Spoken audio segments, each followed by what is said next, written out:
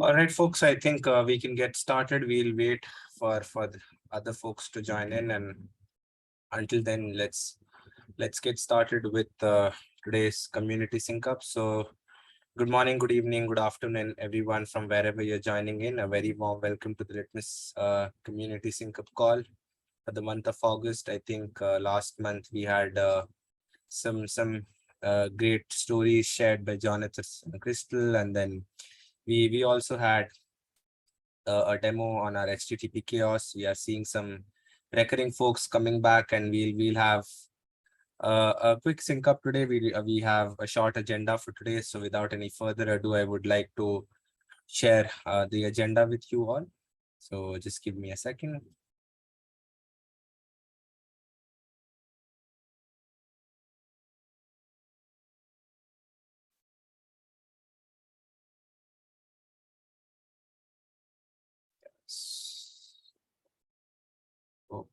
I hope you can see my screen, and I hope you can see the agenda. So we'll be just introducing the new members on call, and then we'll quickly go through the community updates that we had in the month of July and August. And then we had the 2.12 release. The release came out on the 15th of August, and we'll have Vedant who will be just taking us through the release notes and talking about all the latest release items and what's latest with Litmus Chaos. And then we'll, as usual, we'll have our question and answer session where we'll allow folks from the community to just ask any question they have or anything they have to share. So let's just get started with introducing new members on the call. So we have with us Pradeep. Pradeep, would you like to introduce yourself? Yeah, sure. Thanks, Prithvi. I joined after a long time, to be very honest, but I'm very passionate learner. I'm DevOps Institute and DevSecOps Academy ambassador, as well as Agile and DevOps coach. I worked for Tech Mahindra for a long time, but recently I left my job, and I'm exploring some my own opportunities. And one of the reason of joining, I am certified in Gremlin as well as in harness chaos engineering. I wanted to learn more towards this tool, because I am also trying to deliver some trainings. I'm getting some opportunity, so I wanted to understand this tool particularly, and that's the main goal of joining this call. Thanks. Thanks a lot, Pradeep. I hope you have some questions in the end as well, and you get some learnings. And thank you so much for joining in. Sure. All right, folks, let me continue with the community updates that we have. We have a few updates on what's happening in the community and what is the latest content that has come through. I'll be sharing the links with you as well. So moving on, the first thing, the first aspect of the community, that is content. Obviously, we have a couple of blogs that came out last week itself. One of them was on the LFX mentorship. So Aman, who has been part of the community since last year, he contributed a lot, and he has just shared his experience on how he became a part of the community and what was his contribution over the last 1 year. And I'll be sharing his contribution on chat as well. And secondly, we have the July update. The July update consists of what's about Litmus Chaos, the release that happened in July, and then we had a couple of blogs coming out that was there, and then obviously we had a couple of good chaos engineering meetups where the Accenture team joined in. Francesco and the whole team talked about how they build capabilities for chaos engineering in their organization itself, and then how did they eventually choose Litmus, and how did they eventually run Litmus Chaos experiments with a live demo, which was followed in the upcoming meeting that happened in the month of July. So these are a couple of videos that are a must watch. I'll just share the link to both the blogs. You can go through them, and as you can check out the community meeting link from last month as well.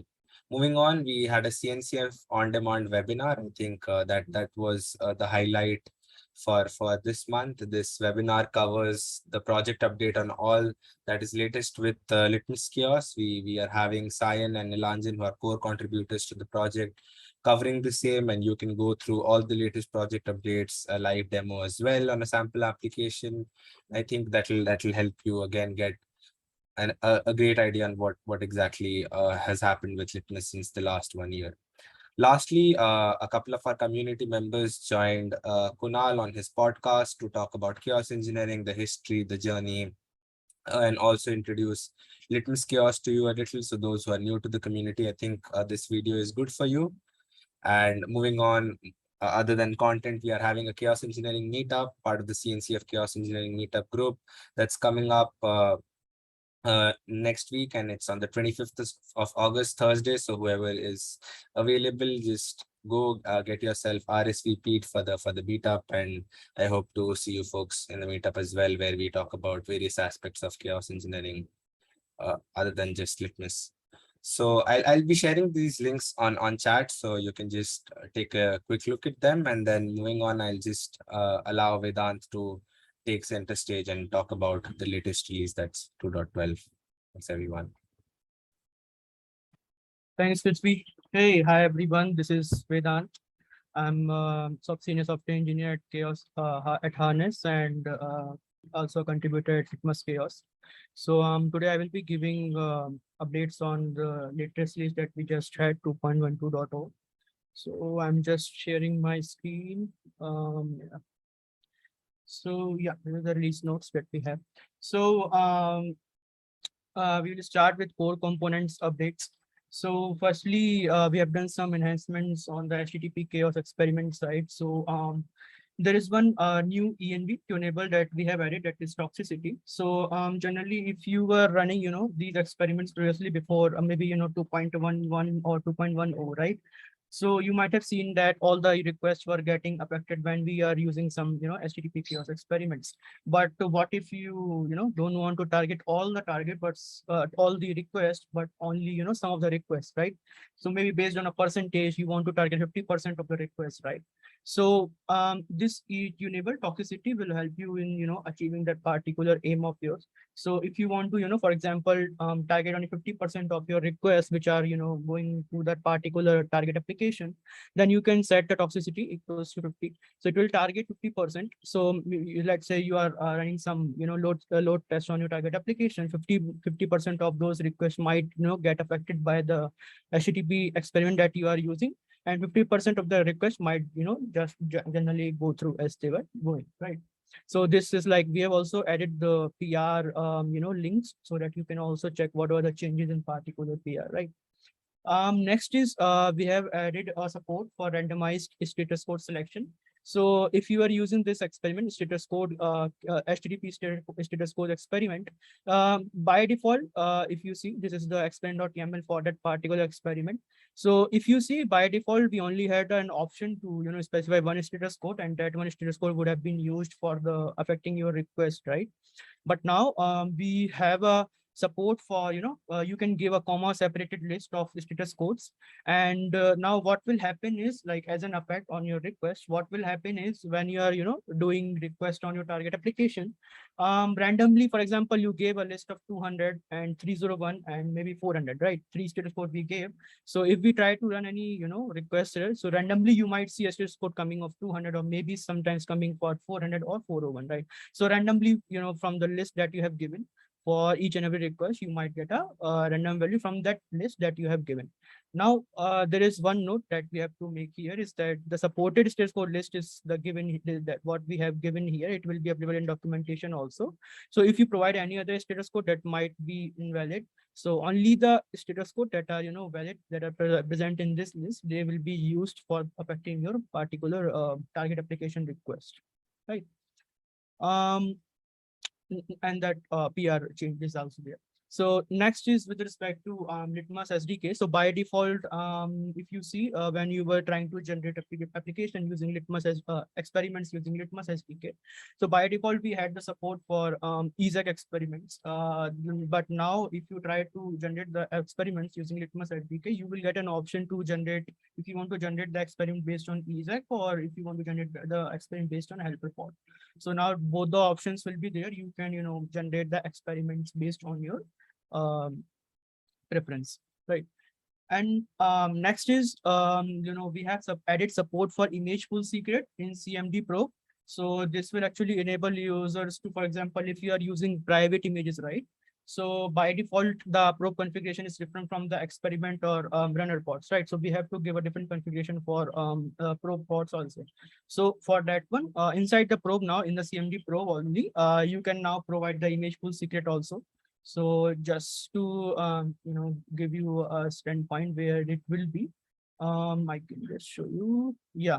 So by default, in the last release, we had these new variables that were added, these envs and labels, annotation, command, image full policy. And similarly, image full secret is also added similarly there. But like note, this is like released in 2.12 of core components. So you will be getting this feature in UI in the next release. But you can surely use these one by updating your images to the latest one and try to use it through the manifest. Support for these will in the UI will be coming in the next release. Next is there are some pipelines that we use for unit test pipeline and Litmus E2E pipeline. So generally they were having some issues with respect to K3s version. So we had to specify a particular version for running those experiments, and that is also fixed. Next is, yeah, this is actually one I would say good announcement. So this is only for those like if you are using OpenShift 4.x clusters, right? There they have the now because like we have also upgraded our operator SDK and also chaos operator packages. So with the new operator SDK on the OpenShift cluster, you might need an additional permission that is with respect to patching the finalizers in the chaos engine. So if you're not using OpenShift clusters, this will still be fine. You can run your experiment without the permissions also. But if you're running on OpenShift, you will have to add this permission. So if you're upgrading, that is fine. You don't have to do anything. It will be by default when you are upgrading, it will be coming up in your RBAC by default. So yeah, that is something. If you are not using OpenShift cluster, it won't affect you. And next is like we have some, fix some vulnerabilities that were there on the chaos operator with respect to snake and Trevi. So they were fixed by updating some of the packages. You can, surely check the PR. So these were the core component updates, and make sure like just as a note, like these, whatever, we just saw, they will be coming for the chaos center in the next release, but you can surely update your images and test these. Next is Chaos Center update. So there have been some good number of enhancements and bug fixes there. So let's just start with the first one, that is like advanced tuning feature for experiments individually. So I will just take you to the UI. Yeah. So this is like I'm just on the screen. Let me start it from the starting only. Yeah. So let's just say we were, selecting experiments from the UI and, constructing our workflow. So let's say I just selected one general experiment. Let's say pod date I selected, right? So on the UI, if you see, this is still very familiar to us. On the UI, these configurations we had, node selector, toleration, but this was for the workflow level. So only the workflow pods were getting, these configurations were getting assigned to only the workflow pods. But now, like we also like had the requirement to add this functionality at the experiment level also, right? Because you might want to add toleration and node selector at the experiment level also. So now you can go and edit your experiment. And if you see, there is a fourth step, that is advanced chaos engine configuration. So if you just go into the fourth step, so you will have the options to configure node selector, tolerations, and annotation check is also one that we have added here.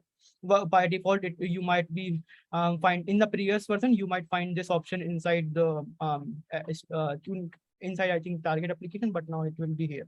And you can, surely configure node selector and toleration now individually on your experiments. So this is one feature that is added. You can now, configure these configurations based on your experiments. And if we go to the next one, you can surely check the PR links. So that new feature is with respect to connecting a remote chaos hub. So this has been a requirement from the community, if you see, right? By default, we have been supporting, right, connecting your chaos hub repo from GitHub, right? But maybe you have an environment, or maybe let's just say that you have an environment that is air gap, but you do have, for example, if you have GCP, AWS, you might be having access to different APIs of, different platforms. So maybe let's just say, for example, you have deployed your air gap cluster into GCP, and you do have access to GCS bucket, right? Now, but you don't have access to github.com, right? But what now, in the previous session, you won't have been able to, connect your chaos hub. But now, if you want to do that, so currently, if you go here, connect a new chaos hub, you will get two options: connect a new Git repository or connect a new remote chaos hub. So new Git repository is same that we already had, public and private. You can connect your Git repository as it is. But if you want to connect your chaos hub from GCS, any bucket, any publicly available, link from where we can download that particular hub, you can connect it from there. So currently only publicly available, links you can use. So for example, let's just say, for example, I have this repo. So I have added as a remote hub only. So I can just copy this link. So if you see, this link is from the S3 bucket that I have, that is publicly available. So now, if I want to connect a remote chaos hub, right, I can provide the link here. This is a S3 bucket link. One thing that we have to notice here is, right, we have zipped the chaos hub here. So that is one requirement here, that you have to zip your chaos hub in form of zip folder, and then you have to upload it on a different publicly available endpoint that from there we can download it. And one more thing that we have to make sure is that whatever the name is your zip folder, the same name has to be the hub name. So if you provide this, it will work. So by default, I already have this hub. So it will, I can, this is, I connected it as a remote chaos hub with the same link and same name. So if you see, I'm able to, loop through all experiments and workflows which were zipped into that particular, publicly endpoint available. So this is something now you can use if you don't have access to GitHub, repository. So you can zip the public hub and connect right through it, right? So this was one new feature that we had added with this release. Now, next thing is, we have been getting these requests for, API for getting the version of particular current GQL server version, right? So with this release, there is a new API added that is get server version in GraphQL only. So when you, call this, like run this query on a GraphQL playground, or maybe, throw your automation bash scripts, or if you're using CI/CD or different pipelines, you can, call this, API in GQL server and get the current GQL server version that you are using. And I think this was the requirement from community because, if you are using it in the CI/CD, you want to know the server version of server, because you might be using APIs, and then you want to use APIs based on the server version, right? So that was a requirement, and that's how, it has been added here. So that is one thing that we have added. Next thing is, with respect to your when you first install the Chaos Center. So by default, what was happening is, when you install Chaos Center and your self agent is deployed, right? The endpoint you might have, like, I think everyone has now till now already seen that endpoint in the config that we have, right? Server ADDR. So I can just, also show, if I just go ahead and, describe my agent config, right? So this is the config that my self agent is using. So if we go here, we are able to see this env there. So I think we all might have been, updating this server endpoint in case you don't have the connectivity through node port or, load balancer. So generally this server ADDR is actually generated based on the service type of your backend server, GraphQL server. But now, with this release, it irrespective of the, service type of your backend server, if for the self agent, the server ADR will be generated with respect to the cluster IP, or I would say fully qualified domain name of your service. So now, like, even if you are deploying it in an air gap environment, right, this will still work because your service networking will be working fine in your cluster. So it will be like internal communication, not, going through your load balancer or node port, right? So this will, help you in your first deployment. So by default now, self agents will be using the either service name or the cluster of the server GraphQL server. Now, next thing is the same, like the same permission was added in the core component. Same permission was added in the chaos center also, because self agent uses chaos operator. So same permission was added here also for OpenShift cluster. So in case you are not using OpenShift, it won't affect you. And next is we have upgraded the chaos operator and as well as Orgo to latest version. So currently chaos operator we have upgraded to 2.11. As you like already know that we have our core components. We use core component one version less than the latest version. So currently the latest version of chaos operator is 2.12, and we will be using 2.11 in this release. And similarly for Argo, we have upgraded to 3.3.1. We might be updating to more latest versions as well. So while upgrading that, we have also, reduced some of the vulnerabilities that were, present in GraphQL and subscribe. So with the upgrade package updates, this is also, kind of reduced. Next is we have removed the support for dashboards and data sources configuration from UI. So just as a gist, if you go into the analytics screen, right, you might only be seeing now the overview page. The data source and dashboard configurations now won't be there. And like this change has been done to have more flexibility over the different monitoring platforms. So we will continue to like give you metrics through chaos or exporter that you can use on different monitoring platforms, and we will continue to improve those metrics. So that we have more flexibility with different monitoring platforms, not just with this. And yeah, this was actually a good issue that was raised by community members. Like when you are using text server, right, for OAuth, or if you are using email as your username, or let's not even say that even email, you can have any username with some special characters, right? So for auditing purpose, if you see, right, in the chaos scenario table, we have a column that is executed by, and in the scenarios also, we have a column that is last updated by, right? So we were getting these details by we were patching the username of the particular user who has scheduled the workflow inside the labels of the workflow. But as we already know, right, Kubernetes doesn't allow special characters inside the labels. So for that, this was an issue if you are using special characters in username, because then in that case workflow will fail according to Kubernetes permissions, right? So that is fixed now. We will be using base 64 form of the username inside the workflow, so that it will always like in there. And on the UI, we will be showing you as by after debugging it on not debugging, decoding it. Then there was a bug with respect to invalid cron syntax. So if you are using, so for example, if you are uploading a workflow or using API for scheduling your workflows, and you are providing an invalid cron syntax, in that case your this chaos scenarios test stable was crashing.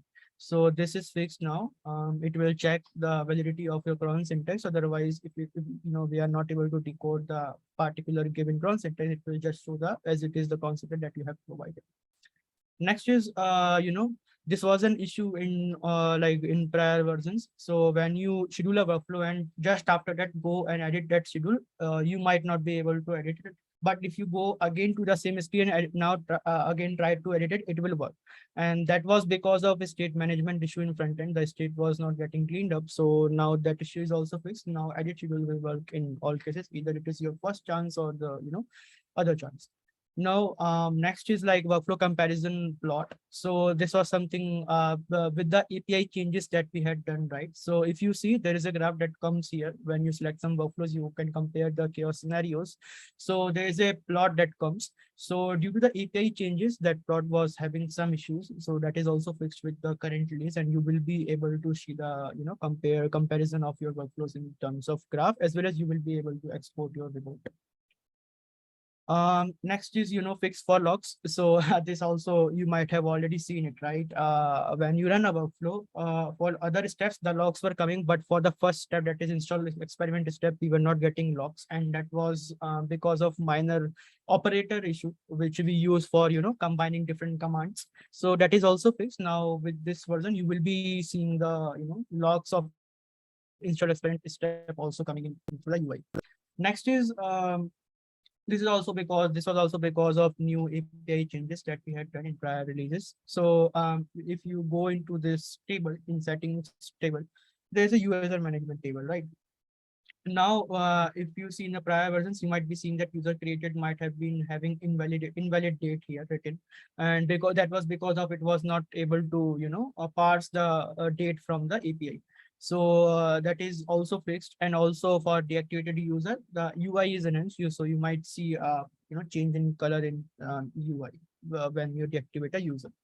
So these were some of the updates on the Chaos Center updates. And now if you see in the Litmus CTL, we have had some good number of changes there also.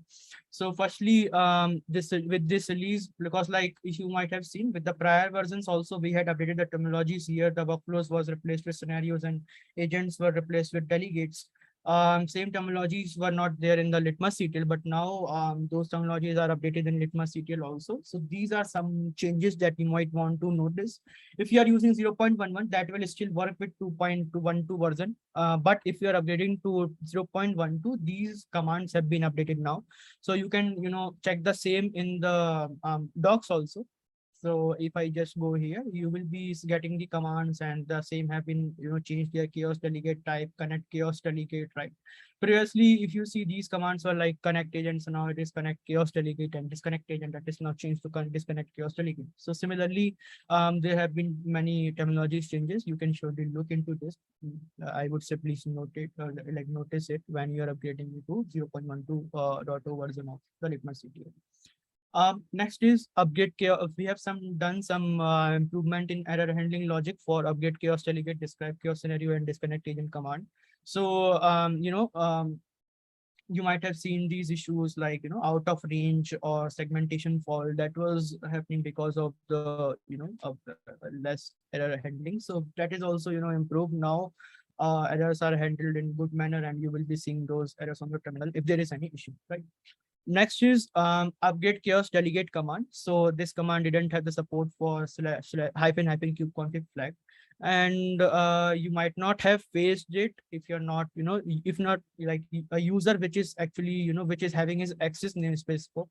But if you're a user who is having, namespace scope, I would say access in a cluster, you might face this situation because you might, want to use your own kube config and try to upgrade your cluster. And this also something supports, for example, if you have a jump VM and from that particular VM you are managing different clusters, right? So you might be using different kube configs also. So in that case you want to use a particular kube config when you are upgrading your agent. So in that case also this will help you. Next is yeah, this one is for the namespace scope access. So by default we were using default namespace when we were checking the self-subject access. But now if whatever the namespace that you provide inside the command when you are connecting an agent, for the same namespace your access will be checked and reviewed, so that we can validate if you have the like the required access for deploying agent in that particular namespace, right? And next is now we have also added, as we saw, right, in chaos center upgrade, we saw that there was an API added get server version. Using the same API, we have added a functionality in Litmus CTL also. So now it will, when you are using, config set account, doing config set account, you might see, a prompt if your install version of Litmus CTL is compatible with Litmus control plane or not, right? And you can also check now compatibility of your current Litmus CTL by running the command Litmus CTL version. So this is a new command that is added. And other than that, yeah, like that was all. You can, go to readme of Litmus CTL and check what are the different new enhancement that has been there. You can surely check the release notes of Litmus CTL also. And yeah, that's with that we come to shout outs, and we have had two new contributors this release, Daniel and David. And yeah, there were some good contributions this release. And yeah, that's all. And one more, I think one more thing. So like in documentation as well as readme of Litmus CTL, currently the link for Litmus CTL is not yet updated. So we will be updating that. So you might see the links for 0.1.12.0 in some time. So that will be updated in some time. So yeah, that's all I had. Please, if you have any questions, I can take those questions.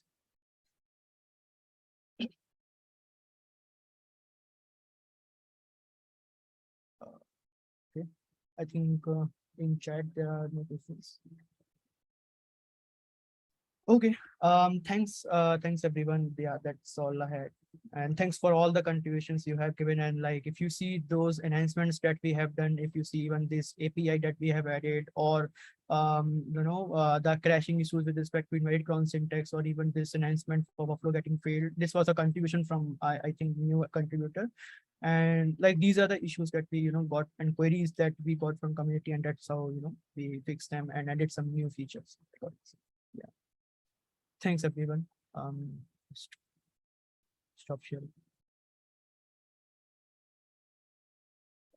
Thanks a lot, Vedant, for sharing all the updates on the latest release and what's there to come. I'll be opening the floor for any questions if we have. So folks, if we have any questions regarding the community or the Litmus Chaos tool itself, feel free to ask them. Hey Prithvi, this is Ramki. I have a quick question. Does Litmus Chaos support the Lambda functions, testing or injecting chaos into Lambda? I could probably pitch in there. Hi, Ramki. So Litmus does not have out-of-the-box experiments for Lambda functions per se, but what it does support is the concept of BYOC, that is bring your own chaos. So you could actually construct functions which inject, or which are erroneous functions, so to say, and their invocation and management can be handled from a Litmus experiment that you could build. Orchestration. Okay, got it. Yeah.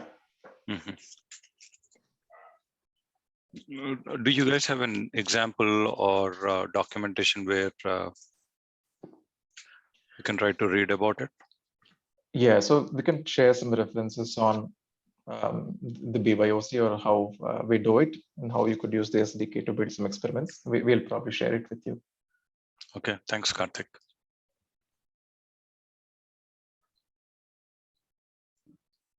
Thanks a lot, Ramki. Do we have any other questions?